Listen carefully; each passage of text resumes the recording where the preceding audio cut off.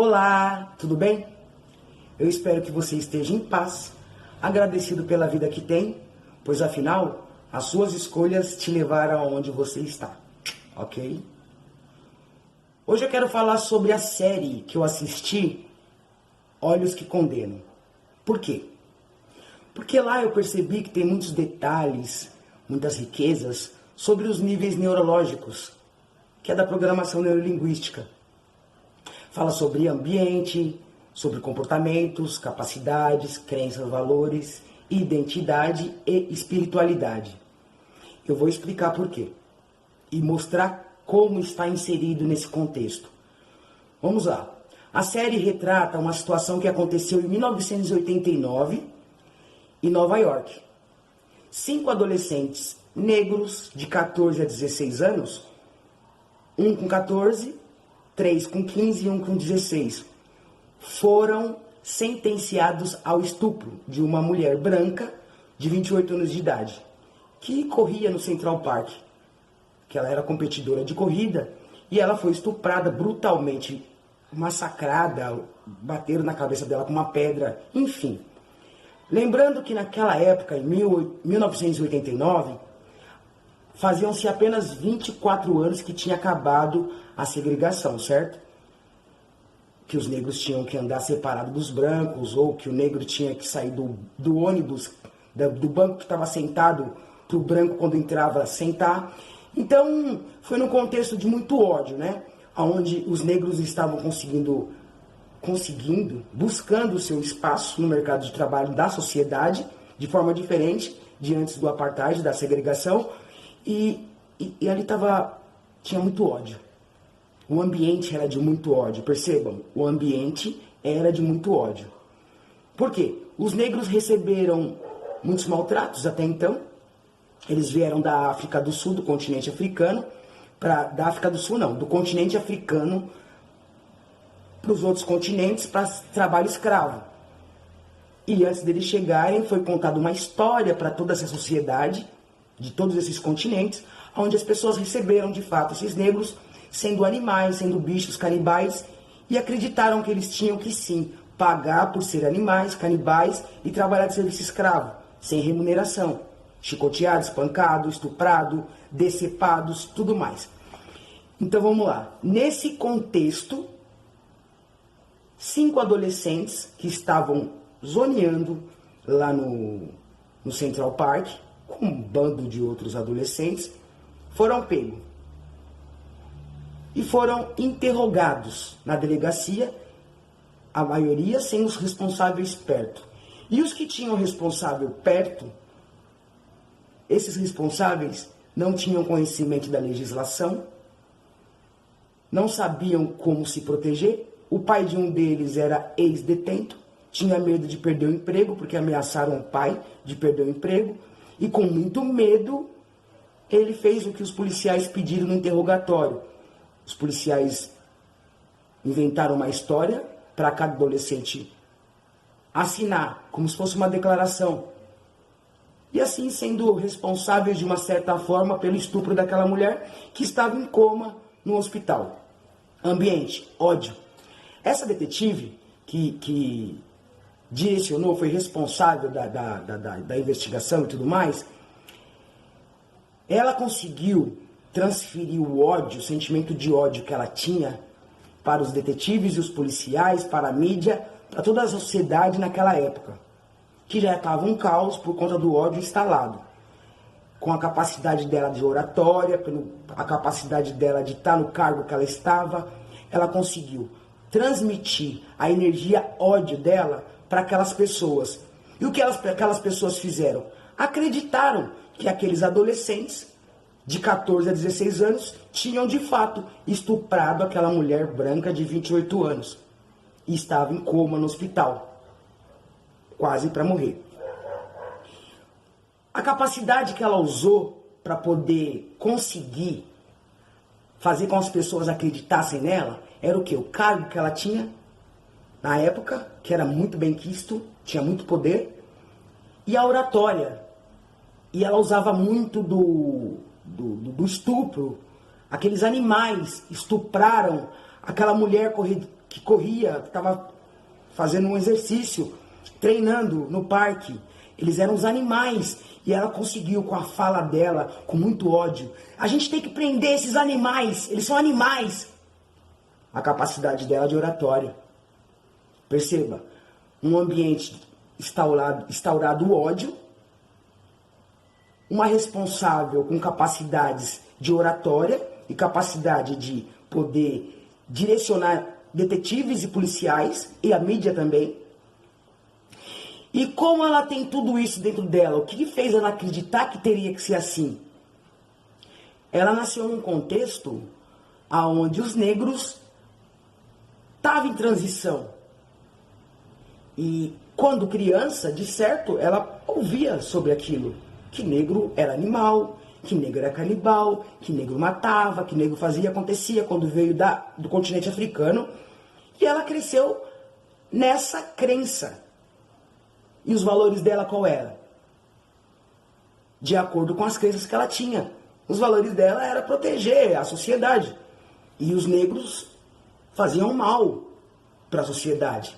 Então os valores dela era esse. É por isso que ela acreditava piamente que aqueles 5 meninos eram os estupradores. Agora a gente vai falar sobre a identidade dela. Ela veio de uma situação onde estava em transição. Que os negros tinham sido libertos e estavam ocupando um espaço que não era deles. Eles não poderiam estar onde eles estavam. Ela cresceu acreditando que a identidade dela era proteger a sociedade e a família dela. Ela cresceu nesse contexto. A identidade dela era essa. E além dela, na parte espiritualidade, além dela, quem ganharia com isso? A família dela, os amigos, os colegas de trabalho, a sociedade, o Estado. Além dela, quem ganharia com tudo aquilo eram essas pessoas. Perceba que ela tinha uma coisa muito forte dentro dela que foi implantada desde quando ela era criança. Então é a realidade que foi apresentada para ela e acreditou. Pensando também no além dela, na parte espiritual, lembrando que a Igreja Católica naquela época também maltratava os negros. Teve aquele período da Inquisição, onde eles eram torturados pela Igreja Católica, até confessarem algo que não fez, ou então morriam nesse interrogatório, que era de arrancar unha, eram cruéis. As metodologias da Igreja Católica era bem cruel. Então ela estava totalmente amparada espiritualmente, ela estava fazendo certo na cabeça dela, ela acreditava nisso. Para ela não estava fazendo nada errado. E da mesma forma que aquela equipe que trabalhou para ela também não achava que estava errado. Estava tudo certo, porque eles vieram desse imaginário criado. Olha, contaram uma historinha lá atrás para trazer os negros da continente africano. Passando-se um tempo, essa mulher, assim como outras pessoas, contaram uma historinha para a mídia, através da mídia para a sociedade, onde todos acreditaram que aqueles 5 adolescentes mereciam a punição que receberam. Donald Trump, naquela época, gastou mais de 80 milhões de dólares para fazer uma propaganda para trazer a pena de morte, por conta daquela situação. E ainda disse: esses negros estão tendo mais privilégios que nós brancos. Eu queria ser negro, porque eles têm tantos privilégios assim. Instigando ao ódio, à fúria na sociedade. Então esses adolescentes permaneceram 4 em reformatório, porque tinha até 15 anos, 16 já ia para penitenciária. E um foi para penitenciária. Permaneceram confinados por um período, alguns ficou 7, 8 anos e outros ficaram 10. Após 12 anos, o responsável por aquele estupro confessou, por livre e espontânea vontade, que foi ele que tinha estuprado a corredora no Central Park, em abril de 1989, na primavera. Deu saliva, deu seu cabelo, deu sua unha, passou tudo que era necessário para ver se batia com o que tinha na mulher, nas unhas dela na época, o sangue na época, o cabelo na época que estava na vítima. E foi constatado que esses adolescentes eram inocentes. O cara só confessou porque ele já estava preso por outros estupros. Já tinha pego um bom tempo lá que não ia sair mais. E ele tinha, dentro da penitenciária, entrado para uma religião. E aí ele percebeu as coisas ruins que ele fez e resolveu falar a verdade. Inocentar os meninos que tinham sido condenados. Esses meninos saíram de lá com média com 28 anos, porque eles entraram com 14 a 16. E vocês devem imaginar o que acontece com pessoas que caem no sistema prisional, estupradores. Com essa acusação, estupradores. Vocês devem imaginar o que acontece. Após 12 anos, o responsável se manifestou, o Estado teve que revogar a sentença dada lá em 1989. Esses adolescentes, agora homens, estavam libertos e receberam uma indenização de 40 milhões de dólares por conta todos aqueles anos perdidos, porque eles passaram a adolescência deles presos.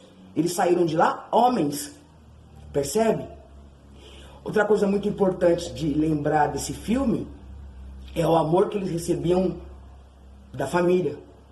Porque sem eles sentirem o amor que eles recebiam da família, eles talvez não teriam conseguido superar tanto tempo dentro do sistema prisional. Porque as pessoas olhavam para eles com muito ódio, olhavam para eles dizendo, no olhar, estuprador. Mesmo eles tendo sido soltos em condição de condicional, as pessoas olhavam para eles, apontavam eles na rua. E isso só melhorou porque eles receberam a indenização e o Estado revogou a sentença dada no passado. Essa série, quem puder ou quem quiser assistir, assista. Vocês vão entender como histórias contadas por pessoas que têm capacidades fazem a gente acreditar naquilo sendo verdade única. Percebam como é fácil destruir a vida de uma pessoa, não só uma, porque cada um daqueles adolescentes tinha uma família, tinham pessoas além deles. Foi destruído. Porque as mães eram mães de estupradores, os pais, pais de estupradores. Percebam que muita gente sofreu por conta de um único jovem. Todos nós estamos conectados. O que eu faço atinge você de uma maneira ou de outra. Assistam. E eu quero que vocês reflitam. Vocês acreditam em tudo que te contam? Qualquer historinha? Qual a historinha que te contaram que você acreditou? A mesma coisa serve para as mulheres. As mulheres também têm um papel na sociedade porque foi contada uma historinha para as pessoas e todo mundo acredita. Serve a mesma coisa para homossexuais, transexuais, porque foi contada uma historinha e as pessoas acreditaram. E você pesquisou? Você foi ver se é verdade? Por que você se importa tanto com o outro? O que o outro muda na tua vida? Percebe? Assim como tem a historinha dos gordos, dos altos, dos magros. Tudo é uma historinha. Reflita sobre isso. Reflita se você pesquisa o que te contam ou você passa adiante aquilo que te contam sem questionar e acredita de verdade. Ok? Um beijo no seu coração e eu espero que você tenha gostado desse vídeo. Até o próximo.